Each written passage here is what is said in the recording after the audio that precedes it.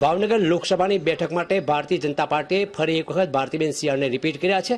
આજે તેઓ ફોર્મ ભરશે અને ઝંઝાવાતી પ્રચારનો પ્રારંભ કરશે। આપણે તેમની સાથે વાત કરીશું તો શું કહેવું છે ભારતીબેન, ખાસ કરીને ભારતીય જનતા પાર્ટી આપની ઉપર વિશ્વાસ મૂક્યો, ફરી એક વખત ટિકિટ આપી છે।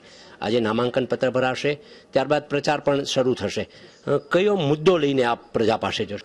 આજે જ્યારે ઉમેદવારી પત્ર ભરાઈ જશે એટલે સ્વાભાવિક છે કે ચૂંટણીનો પ્રચાર પૂરજોશમાં ચાલુ થશે।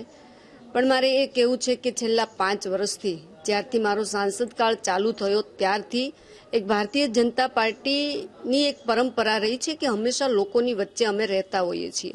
તો છેલ્લા 5 વર્ષથી લગભગ લોકોની વચ્ચે રહેવાનો પ્રયત્ન કર્યો છે, એમના સુખ દુઃખમાં ભાગીદાર થવાનો પ્રયત્ન કર્યો છે।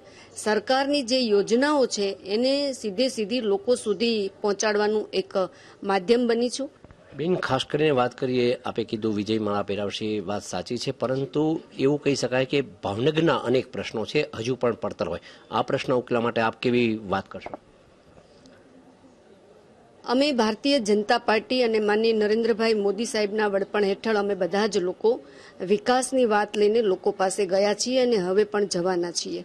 અનેક વિકાસના કામો થયા છે। રીતસર એક વિકાસની યાત્રા એ છેલ્લા 5 વર્ષથી સમગ્ર દેશમાં ચાલુ થઈ છે અને આ યાત્રા જે છે વિકાસની યાત્રા એ વણથંભી વિકાસની યાત્રા છે, એને ક્યારેય અંત હોતો નથી। એક પછી એક વિકાસ, એક પછી એક જરૂરિયાતો, એક પછી એક પ્રાથમિકતાઓ જે લોકોને જરૂરી છે એ પૂરા કરવાના પ્રયત્ન એ સરકાર અને અમારા દ્વારા થયા છે। ત્યારે વિકાસ અને વિકાસની વાત લઈને અમે જવાના છીએ।